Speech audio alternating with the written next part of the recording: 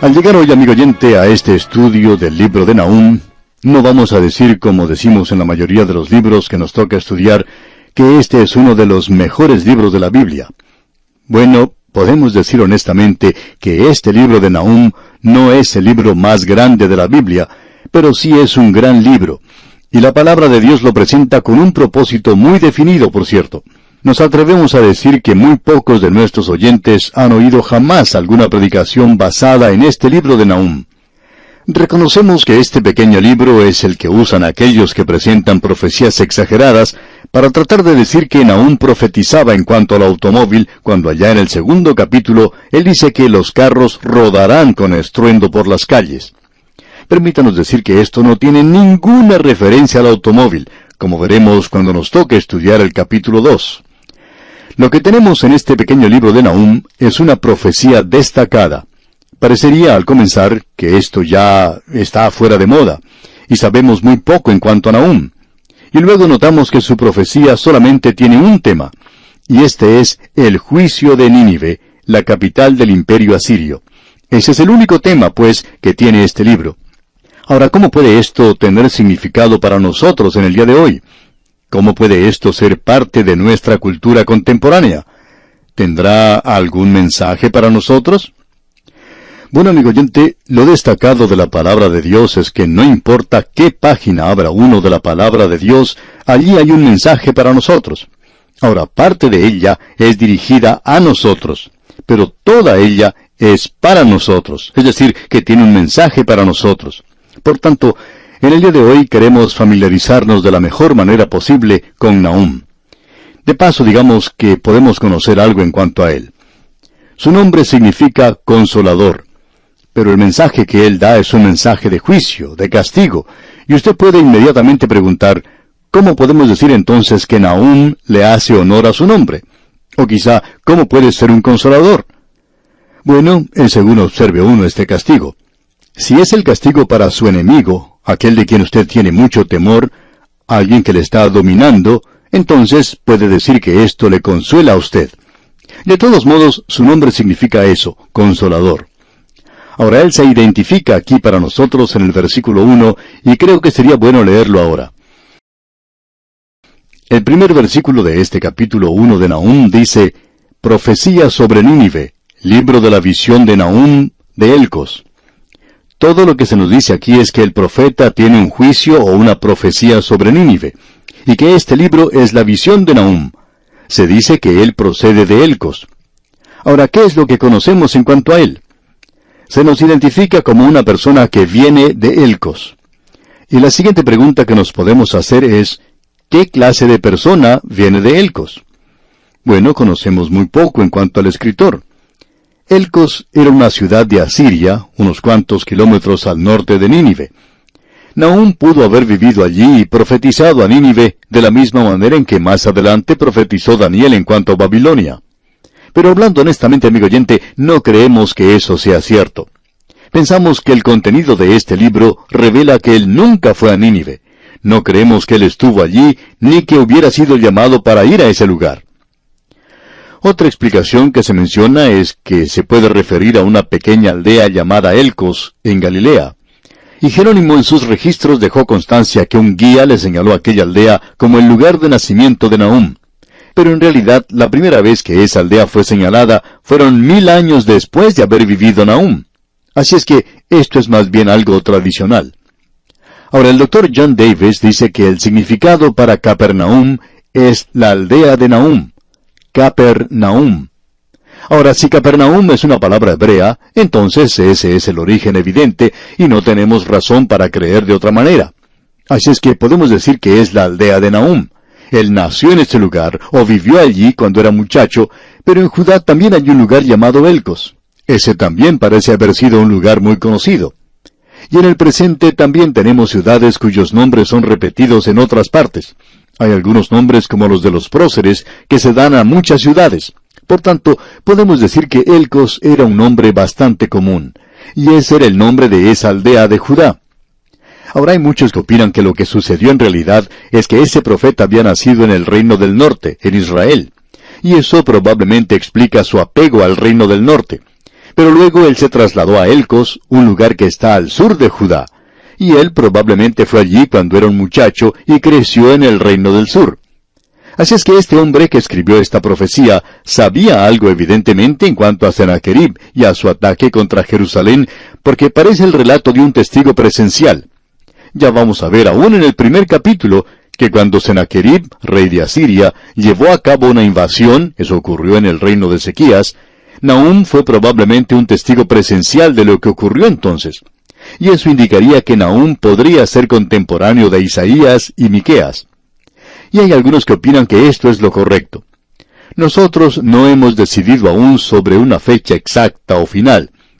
Hemos presentado esto en las notas que muchos ya tienen, y las fechas que mencionamos en estas notas indican los años 720 a 636 a.C., que es la opinión de algunos eruditos conservadores.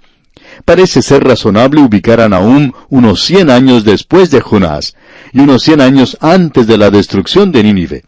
Esto lo ubicaría entre los años 606 y 612 a.C. Probablemente vivió durante el reino de Ezequías, y él pudo ver la destrucción del reino del norte de Israel, y esto por supuesto fue algo que le conmovió mucho. De modo que tenemos aquí como tema de este libro la destrucción de Nínive. Y de esto es que él habla en todo el libro. Así es que este hombre hace sonar ese tañido fúnebre para la ciudad de Nínive. Y él pronuncia un juicio sobre la destrucción total de Asiria. Nínive era su capital. Y lo que Nahum va a decir aquí es que Dios es justo al actuar de esta manera. Usted recordará que Jonás fue a la ciudad de Nínive con un mensaje. Eso ocurrió de 100 a 160 años antes de que Nahum apareciera en esta escena. Nos gustaría observar el libro de Jonás y el libro de Nahum juntos. El problema es que cuando estudiamos la Biblia en la forma en que lo estamos haciendo, vemos que se presenta el libro de Miqueas entre estos dos. Y ya que así es como ha sido puesto en la Biblia, seguimos esta presentación, por supuesto. Pero nos gustaría, como dijimos, comparar a estos dos libros. Ahora Dios le dijo a Jonás que fuera a la ciudad de Nínive y que llevara a esa ciudad un mensaje. Y como pudimos observar, allí sucedió algo sorprendente. La ciudad completa se volvió a Dios 100%. Y hablando honradamente, amigo oyente, nunca ha sucedido nada como esto en toda la historia del mundo. No parece haber nada que pueda compararse con esto. Toda la ciudad, un 100% de sus habitantes, se vuelve a Dios. No sabemos cuál fue el alcance que esto tuvo en toda la nación, pero ya que esto sucedió en la ciudad capital, debe haber tenido un efecto tremendo en toda la nación. Así es que, en aquel día, mucha gente se volvió a Dios. Pero ahora nos hacemos una pregunta obvia de qué resultado hubo de todo esto. ¿Fue algo permanente? ¿Se convirtió esa nación en una nación piadosa? Y la respuesta, por cierto, es no. Eso no fue así. Al pasar el tiempo, se apagó ese avivamiento. Al pasar el tiempo, ellos regresaron a su paganismo. Al pasar el tiempo, ellos volvieron a ser tan brutales como habían sido antes. Esa nación había recibido un mensaje de parte de Dios. Y ahora vienen aún con otro mensaje. ¿Por qué no va él con ese mensaje a la ciudad de Nínive? Nosotros no creemos que él haya ido a la ciudad de Nínive. Creemos que este hombre permaneció en el reino del sur. No creemos que haya dejado esta localidad. Ahora, si Dios envió a Jonás, ¿por qué no envió a Nahum también? Bueno, amigo oyente, los métodos de Dios cambian. Dios, por cierto, que es inmutable. Él nunca cambia, pero Él cambia sus métodos en diferentes ocasiones. Él envió a Jonás porque aquí tenemos una gran ciudad sumida en el mal, pero esta gente era ignorante de Dios. Y cuando se les presentó el mensaje, toda la gente de la ciudad se vuelve a Dios, desde el rey en su trono hasta el hombre más humilde del reino. Y como resultado, Dios perdonó a la ciudad. Ahora han pasado ya de 100 a 150 años, y la ciudad ha vuelto a hacer las cosas que hacía en el pasado.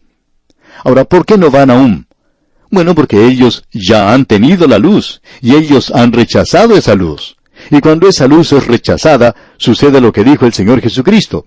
Así que, si la luz que en ti hay es tinieblas, ¿cuántas no serán las mismas tinieblas?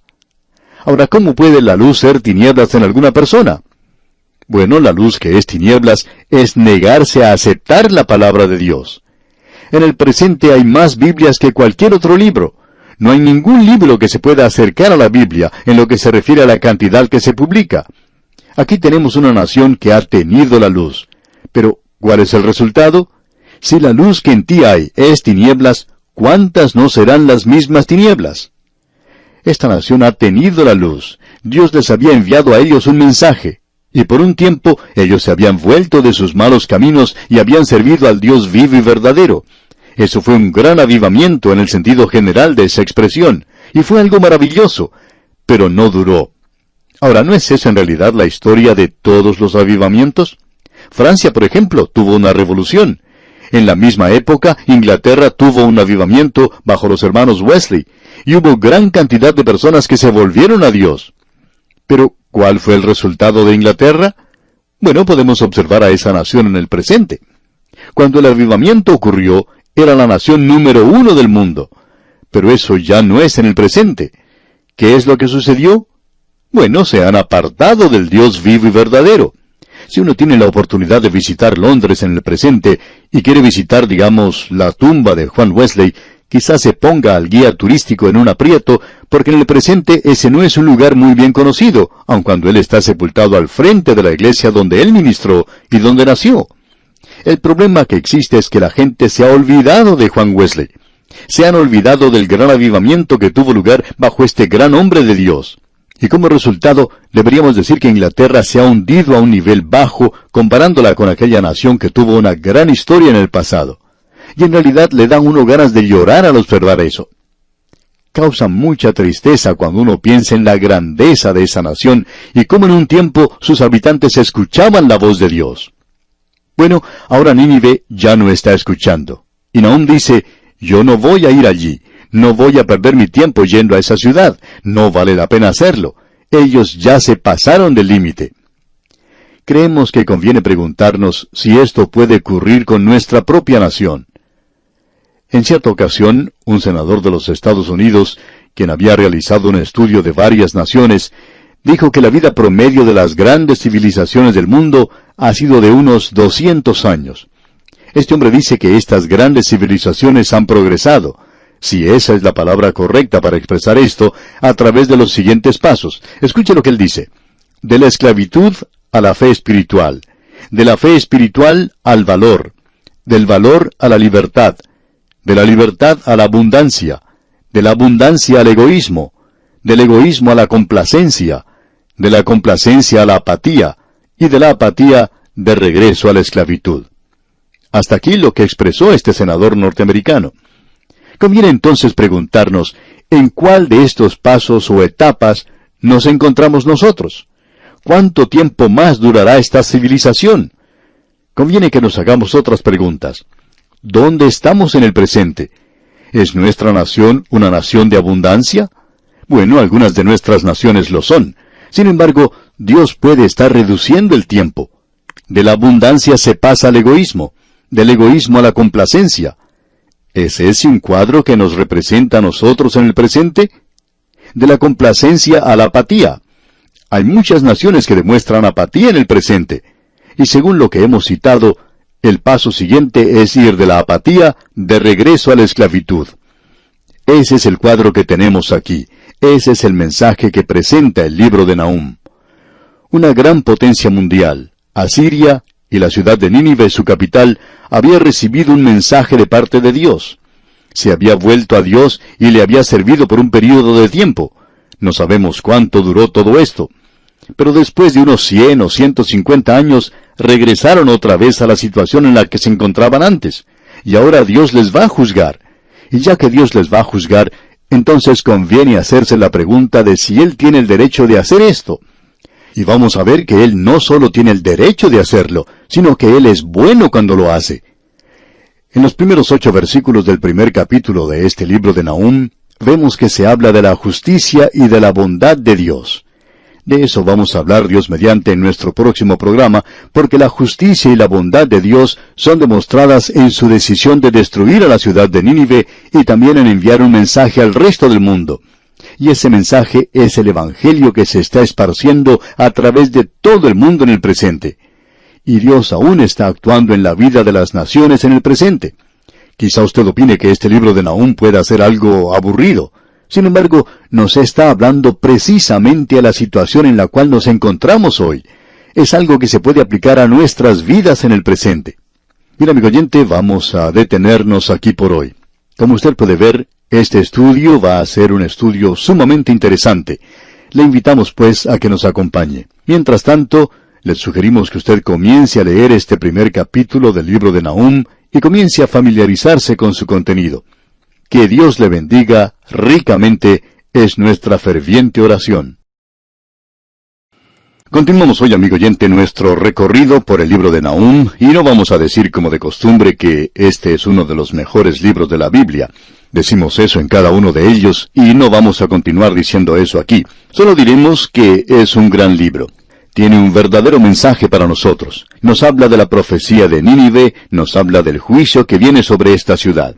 Eso también lo vimos allá en Isaías. Ahora, en el versículo 1 de este capítulo 1 de Nahum leemos: Profecía sobre Nínive. Libro de la visión de Nahum de Elcos. Hablamos de esto ya en nuestro programa anterior. No sabemos mucho en cuanto a este hombre, sin embargo, sí sabemos un poco en cuanto a él. Aparentemente había nacido en el Reino del Norte. Este sería su país nativo, digamos. Pero él fue a vivir en la parte sur de Judá, quizá cuando Nahum era bastante joven. Y él tenía mucho interés por el Reino del Norte. Y aparentemente él estaba vivo cuando el reino fue llevado a la cautividad en Asiria. Y su mensaje habla del juicio que vendría sobre Nínive. Hemos visto que Jonás llevó un mensaje a la ciudad de Nínive que revelaba el amor de Dios. Pues bien, este libro aquí revela la justicia de Dios. Y estos dos libros van juntos. Aun cuando Dios juzga a una nación, Dios aún es amor. Él aún ama. Uno no puede escaparse de eso. Y lo que hace de este juicio de Dios algo tan terrible es que Dios no lo hace como una persona llena de irritación. Y tampoco lo hace de una manera vengativa. No lo hace con un espíritu de venganza, tratando de arreglar las cosas, o porque se enojó en un momento, o lo lleva a cabo en un momento de desahogo emocional. Dios juzga porque Él es justo, amigo oyente. Y Él también es amor, pero es justo. Y ya que Él es justo en su trato con los seres humanos, Él tiene que tratar con el pecado aún en las vidas de aquellos a quienes ama. Y Nínive era una ciudad a la cual Dios amaba. Él le dijo eso a Jonás. Jonás quería que esa ciudad fuera destruida. Pero Dios le dijo: «¿Y no tendré yo piedad de Nínive, aquella gran ciudad donde hay más de 120,000 personas que no saben discernir entre su mano derecha y su mano izquierda, y muchos animales?» Pero ahora, amigo oyente, el juicio va a caer sobre esta gran ciudad. Y el mensaje es este, y queremos presentarlo de una manera clara. Nahum hace repicar las campanas fúnebres en cuanto a Nínive. Él pronuncia un juicio de una destrucción total en Asiria. Y Dios estaba haciendo precisamente eso. Jonás, casi un siglo antes, quizá podríamos decir un siglo y medio antes, había llevado el mensaje de Dios a Nínive y esa ciudad se había arrepentido. Sin embargo, ese arrepentimiento fue algo temporal. Y Dios pacientemente le dio a esa nueva generación la oportunidad de arrepentirse, y vamos a ver eso en el mensaje de hoy. Y el día de la gracia llega a su fin, y el momento de la condena llega. Esto es algo que encontramos allá en el capítulo 3, versículo 19, que es el último versículo de este libro, donde dice: «No hay medicina para tu quebradura, tu herida es incurable. Todos los que oigan tu fama batirán las manos sobre ti, porque ¿sobre quién no pasó continuamente tu maldad?». Es decir, que ellos habían llegado a un punto donde ya no había medicina para ellos. Nosotros creemos que una nación y también una persona puede continuar en el pecado y seguir pecando hasta que cruza cierta línea. No sabemos dónde está esa línea, y no pretendemos decir que sabemos cuándo ocurre eso, pero hay un lugar, hay un punto, y cuando uno pasa esa línea, ese punto, no es que la gracia de Dios ya no le pueda alcanzar, sino que usted ya no puede alcanzar a Dios, porque la verdad es que usted ya ha pasado al punto donde se ha endurecido y usted está en un estado de incredulidad que no puede ser cambiado. Y eso es también cierto en cuanto a una nación y es cierto en cuanto a una persona. Ahora Asiria ha servido al propósito de Dios y ahora va a ser destruida. Amigo oyente, al observar a su alrededor, usted puede quedar desanimado. No hay duda en cuanto a eso. El pueblo de Dios, sin duda alguna, está preocupado en el presente. Y la razón, según creemos, es expresada por ese interés que tenemos en la profecía y aquellos que enseñan la profecía, quienes son muy populares en el presente. Ellos se presentan con toda clase de interpretaciones. Ahora, la explicación es esta. el pueblo de Dios, ignorante de la palabra de Dios, se encuentra desesperado y está buscando algo por las cosas que están ocurriendo hoy. El mismo Señor dijo, los hombres desfallecerían por el temor y la expectación de las cosas que sobrevendrán en la tierra. Bueno, estamos en esta etapa seguramente. Hemos entrado en esa órbita en particular y estas cosas nos están preocupando. Pero amigo oyente, debemos comprender que Dios aún está en control de todas las cosas. El control no se ha escapado de sus manos. Dios no está comiéndose las uñas y tampoco se ha deslizado de su trono. Él no está nervioso por lo que está ocurriendo en el presente. Dios está desarrollando su plan y su propósito y está gobernando aún sobre el pecado del hombre. Eso nos consuela bastante, tenemos que decir. Por lo menos debería ser así para el Hijo de Dios, para el creyente. Ahora, Asiria ha servido al propósito de Dios, como dijimos, y ahora va a ser destruida.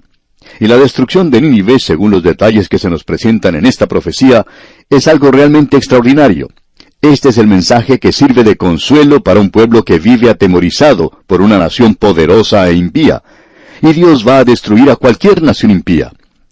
Todo lo que uno tiene que hacer es tomar un libro de historia y observar lo que ha sucedido en el pasado. Usted va a poder ver allí que cada poder mundial llegó a caer, y cayó en el momento en que se entregaron al vino, a las mujeres y al canto. Cuando llegaron a ese lugar, a ese punto, podían estar seguros de una cosa, que estaban a punto de caer, y que pronto iban a pasar al limbo de los perdidos. Y allí es donde se encuentran muchas grandes naciones del mundo en el día de hoy. ¿Podríamos quizá decir lo mismo en cuanto a cada una de nuestras naciones, amigo oyente? ¿Cree usted que eso es posible? Nuestras naciones se están dirigiendo a la perdición en una carrera desenfrenada. No sabemos cuándo llegaremos al punto de extinción. No somos profetas ni hijos de profetas, solamente estamos predicando. Así es que lo único que podemos decir es que nos parece que estamos descendiendo de manera vertiginosa. Esa es la razón por la cual esta profecía que tenemos ante nosotros es una profecía tan destacada, porque nos habla de la situación local en la cual nos encontramos en el presente. Nuevamente, permítanos decir que en este primer capítulo, en los primeros 8 versículos, tenemos la justicia y la bondad de Dios. Luego, desde el versículo 9 hasta el resto del capítulo, el versículo 16, encontramos la justicia y la bondad de Dios demostrada en la decisión de destruir a Nínive y de presentar el Evangelio. Luego, en los capítulos 2 y 3, tenemos la justicia y la bondad de Dios demostradas en la ejecución de sus decisiones de destruir a Nínive. Así es que tenemos aquí la aniquilación de Asiria en el capítulo 2 y la acción vengadora de Dios, justificada en el capítulo 3.